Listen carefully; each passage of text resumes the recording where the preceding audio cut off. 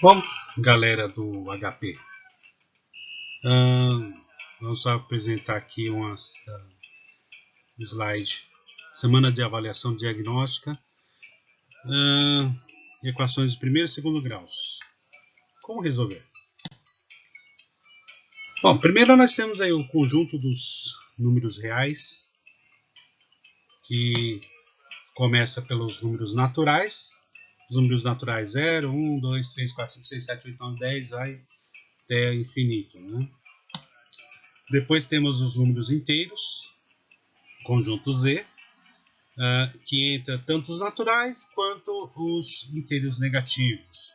Então temos aí menos 1, menos 2, menos 3, menos 4, menos 5, até infinito. E por outro lado, 1, 2, 3, 4, 5, 6, 7, 8, até infinito também. A mesma coisa. Aí entra também os números racionais, que são aqueles com decimais não repetitivos infinitos. Exemplo, 0,25, 0,5, 2,4 e assim por diante. E tem um caso especial de número racional que a gente chama de dízima periódica, que são aqueles valores após a vírgula, né, decimal, que é repetido, é repetitivo. Então 0,3333333, isso vai para infinito. 0,6666666 vai para infinito, também é uma dízima periódica. Aí temos os números irracionais, conjunto I, são aqueles decimais não repetitivos que tendem ao infinito. Então, um exemplo é a raiz quadrada de 2, raiz cúbica de 29, aí coloquei um outro exemplo aí tendendo ao infinito, 5,34252701263041129, vai para o infinito. Então, nesse caso aí não tem uma repetição. Então, não é uma dízima periódica, portanto, é um número irracional. Agora, o conjunto de tudo isso que nós falamos até agora, naturais, inteiros, racionais e irracionais, pertencem ao conjunto dos números reais. Tá? É isso que nós temos aí. Beleza?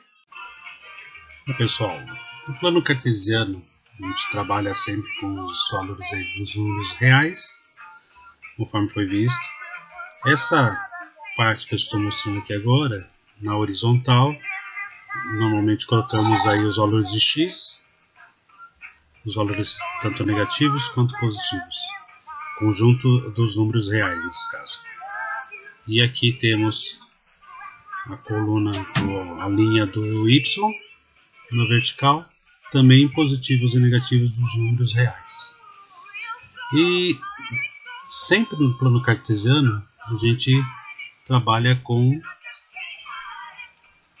pares ordenados.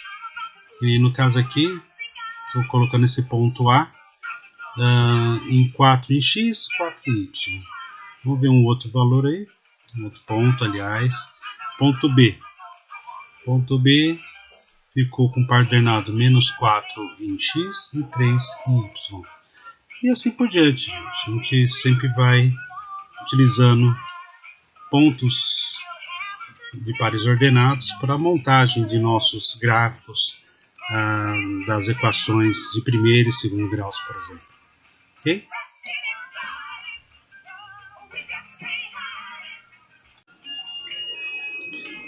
Pessoal, vamos ver agora uma equação do primeiro grau. Lembrando que a equação do primeiro grau nós temos y igual a x mais b. Essa é a equação geral do primeiro grau. Vamos dar um exemplo aqui. Y igual x mais 5, como exemplo. Olha só, isso aqui já é uma reta. Sempre com a equação do primeiro grau vai nos dar uma reta. Nesse caso aqui a reta é uma reta crescente, passando pelos pontos em x menos 5 e y 5. Se você pegar aqui os pontos, esse ponto A, o ponto A então é 0 em y, 5 em... Desculpa, 0 em x, 5 em y. E o ponto B, esse ponto aqui então fica menos 5 em x e 0 em y. Uma outra coisa interessante de notar é o coeficiente angular, porque o coeficiente angular da nossa reta, que é y(ax) mais b, é o a. O próprio a é o coeficiente angular. Se for positivo, nós sempre teremos uma reta crescente, como essa aqui. E se for negativo? Vamos mudar aqui, deixar o a como negativo. Se ele fica negativo, olha só que interessante o que acontece. Agora temos uma reta decrescente, porque o a, que é o coeficiente angular, está negativo. Temos aqui menos 1. Então ocorre dessa forma. Ok? Lembrando que as retas x e y nós temos sempre nos conjuntos dos números reais, ok? Para a equação primeiro grau e segundo grau. É isso daí. Bom, vamos lá novamente, agora apresentando uma equação do segundo grau. Eu coloquei como exemplo aqui para vocês essa equação x² menos 6x mais 8. Essa equação aqui está na forma da equação geral, que é ax² mais bx mais c, sendo c o termo independente. Aí você calcula, lá utilizando a fórmula de Bhaskara, que é menos b mais ou menos raiz quadrada de delta, sendo delta b² menos 4ac, tudo isso dividido por 2 vezes o a. Se você não quiser utilizar a fórmula de Bhaskara, se nós tivermos os valores bonitinhos, inteiros aqui na equação geral, é possível você calcular os termos A, B e C utilizando a soma e o produto, sendo a soma é igual a menos B sobre A e o produto é igual a C sobre A. Aí fica fácil, tá? Para calcular dessa forma também. Mas para não incorrer em erro, é sempre bom utilizar a boa e velha equação aí, fórmula de Bhaskara. Impressa esse eu peguei para vocês, temos aqui os pontos. Vamos colocar os pontos. Olha só. Tem o ponto A e aqui o ponto B. Aqui nós temos as raízes da equação. Sempre que eu falar para vocês raízes da equação, são os pontos de uma determinada parábola da equação de segundo grau, onde cruzam o eixo x. Então temos aqui a primeira raiz, é o ponto A. O ponto A está aqui em 2 em x, 0 em y. Sempre será 0 em y, porque nós jogamos essa equação do segundo grau, y igual a x² mais bx mais c. O y vai a 0. Para quê? Para a gente achar os valores das raízes. Então a segunda raiz vai ser ponto B. Então temos aqui, ponto B é 4 em x, 0 em y. Mas olha só que interessante. Eu vou pegar aqui, como você coloca x no ponto A, x mais 2 igual a 0. Se o 2 vai para o outro lado, fica negativo, então x menos 2. Então vamos colocar aqui. X menos 2 é o primeiro ponto. Notem que já formou uma reta aqui, né? Mas não é isso que eu quero. Vamos lá. Agora o segundo ponto, estou pegando aqui do ponto B. X é 4 e 0, então x igual a 4. Passando 4 para o outro lado, fica x menos 4. X menos 4 igual a 0. Olha só o que nós temos. Exatamente uma mesma parábola, porque é a mesma equação. Só está mostrando aqui em formato diferente. Na primeira, eu deixei na forma da equação geral, que é ax² mais bx mais c. No segundo, eu fiz a multiplicação dos dois termos das raízes de x que cruzam lá o eixo x, abscissa, certo? Então, notem que é a mesma coisa, não tem diferença, tá? Então, posso tanto brincar com uma com a outra. Agora, a outra coisa que eu queria falar para vocês é com relação à parábola. Parábola com concavidade para cima, como essa aqui.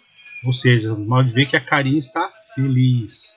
Se está feliz, o Azinho é positivo. Quem que é o A? É o que vai aqui na frente do X, certo, pessoal? Agora, se eu mudar, vou mudar por aqui, vai. Eu vou mudar o A de positivo para negativo. Olha só o que acontece. Mudou toda. Peraí, aqui. Deixa eu tirar esse ponto C fora que não precisa. Mudou a minha parábola. Agora eu tenho a parábola anterior, que é essa primeira equação. O A é positivo. Na segunda eu deixei o A negativo. É a mesma equação, porém aqui está o A negativo, a concavidade para baixo. Então a carinha está triste agora. Quando é assim, o A é negativo. Ok? Então essa é a diferença que nós temos aí. De uma parábola com cavidade para cima e uma parábola com cavidade para baixo. Outra coisa interessante para a gente falar aqui de uma equação do segundo grau é o ponto de máxima. Quando é uma com cavidade para baixo, nós temos o ponto de máxima. Vamos colocar esse pontinho aqui. Exatamente esse ponto. Que é o ponto C. Ponto C é 3 e 1. É o vértice dessa minha equação de segundo grau. Nesse caso aqui, 3 e 1. É o vértice do meu ponto de máxima. Porque é uma equação do segundo grau, que é a parábola com cavidade para baixo. Agora essa outra aqui. Vou pegar outro ponto. Tem que ser o inverso, tá, pessoal? Olha só. 3 e menos 1. Esse ponto, esse vértice aqui, ele é dado devido à concavidade para cima, o A positivo. Então, eu tenho um ponto de mínima agora. Perceberam a diferença? Aqui é o ponto de máxima, que está para baixo, e aqui é um ponto de mínima, que está para cima. Começa aqui no máximo, vai descendo, descendo, descendo, descendo, chegou no mínimo. Esse é o mínimo dessa parábola. Depois ela começa a crescer novamente. E o mesmo é o contrário, quando tem o ponto de máxima, eu começo aqui no mínimo, vai subindo, subindo, subindo, subindo, subindo, chegou no máximo. Depois chegou no máximo, vai tender a descer novamente. Ok, é isso aí.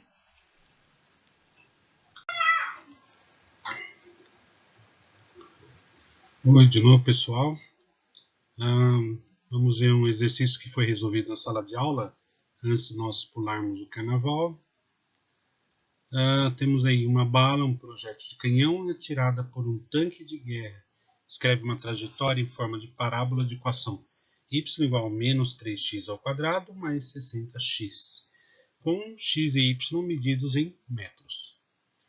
Qual é o alcance do disparo? E qual é a altura máxima atingida pelo projétil? Deixamos o x em evidência, aí fica dessa forma: x vezes menos 3x mais 60 igual a zero. Então dessa forma já temos a primeira raiz, que é x' igual a zero. Aqui, x igual a zero. Aí continuamos com o que está aqui entre parênteses. Menos 3x mais 60 também igual a zero. Temos que menos 3x igual a menos 60. E x igual a menos 60 dividido por menos 3. Que dá o nosso x duas linhas de 20 metros. Aí uma coisa interessante que eu quero falar para vocês também com relação à nossa equação da forma geral. Sempre será y igual a ax ao quadrado mais bx elevado a 1 e mais cx elevado a zero.